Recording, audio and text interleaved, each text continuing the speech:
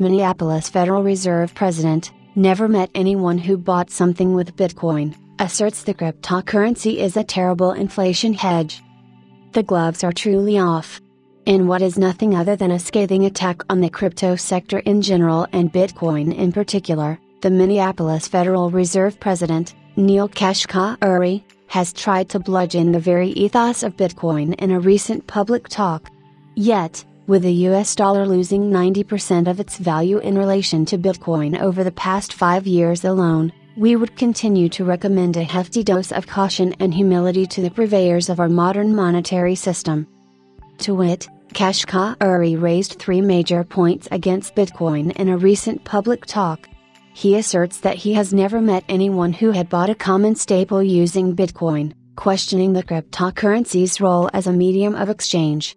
He then cites the example of the post-pandemic inflationary impulse, where Bitcoin tanked with the rest of the risky asset universe, to posit that the cryptocurrency remains a terrible inflation hedge.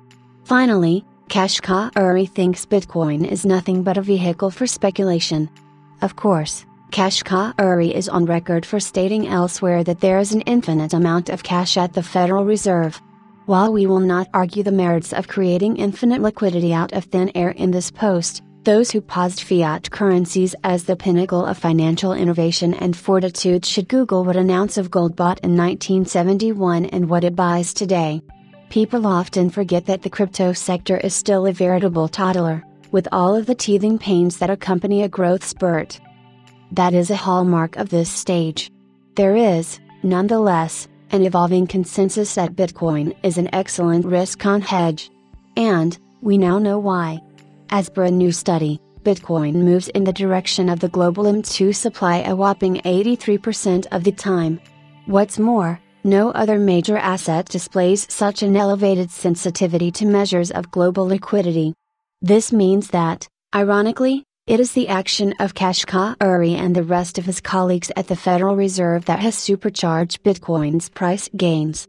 In effect, Bitcoin is a hedge against the Federal Reserve's monetary debasement policies, which necessarily result in inflation. The end result, Bitcoin hedges against monetary debasement, which is a more holistic protection for your portfolio net worth than what a mere inflation hedge might offer. Meanwhile, we noted in a recent post that the global liquidity proxy has now turned positive, which bodes well for Bitcoin's prospects.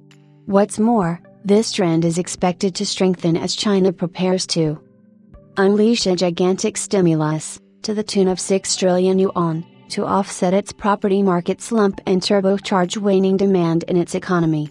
In fact, Goldman Sachs argues that China will have to unleash a stimulus of sufficient magnitude that increases its M1 supply of money over the M2 measure.